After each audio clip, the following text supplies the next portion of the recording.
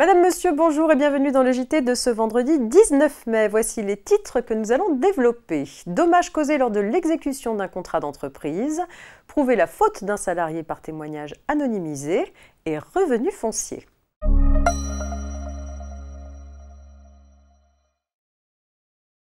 Vie des affaires en ouverture de ce JT avec l'affaire suivante. Un entrepreneur loue une grue pour la réalisation des travaux de gros œuvres sur un chantier. Le contrat de location inclut les prestations de transport, montage et démontage de l'engin.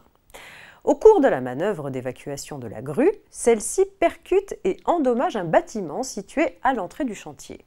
Le client assigne l'entrepreneur en justice pour lui demander réparation. Il estime que son co-contractant doit répondre des dommages causés par les prestataires qu'il fait intervenir pour les besoins de l'exécution du contrat, peu important la qualification juridique de ces interventions.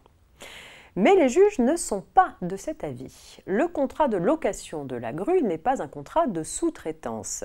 Ainsi, l'entrepreneur n'a pas à répondre d'un dommage causé par le loueur de la grue en l'absence de relation de sous-traitance avec celui-ci.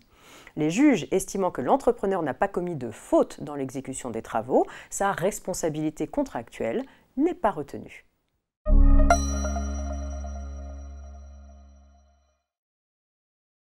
Dans un arrêt du 19 avril 2023, la Cour de cassation a fixé les conditions de la recevabilité d'une attestation de témoignage anonymisée comme preuve de la faute d'un salarié. Dans cette affaire, pour prouver la réalité des faits qu'il reprochait à un salarié mis à pied, l'employeur avait produit l'attestation d'un autre salarié qui avait accepté de témoigner, mais sous anonymat. Ce témoin craignait des représailles de la part des collègues dont il dénonçait le comportement.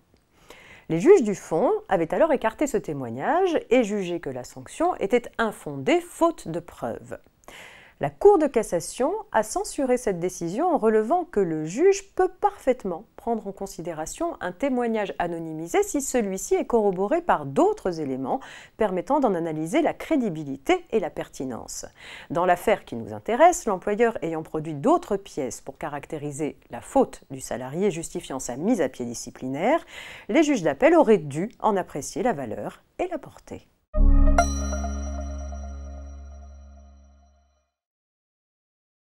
Les propriétaires bailleurs réalisant au plus tard le 31 décembre 2025 des travaux de rénovation énergétique permettant à leur logement de passer d'une classe énergétique E, F ou G à une classe énergétique A, B, C ou D peuvent bénéficier sous certaines conditions d'un rehaussement temporaire de la limite d'imputation des déficits fonciers sur le revenu global.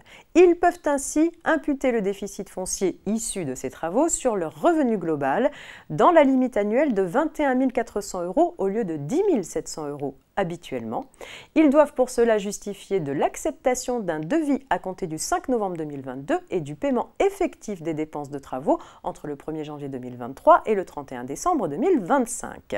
Un décret publié récemment apporte des précisions sur les dépenses de travaux concernées, les obligations déclaratives à satisfaire et les justificatifs requis pour attester du changement de classe énergétique du bien. C'est la fin de cette semaine de JT préparée par la rédaction de la revue Fiduciaire. Je vous souhaite à toutes et à tous un très agréable week-end et on se retrouve dès lundi, bien sûr, pour la suite de l'actualité juridique.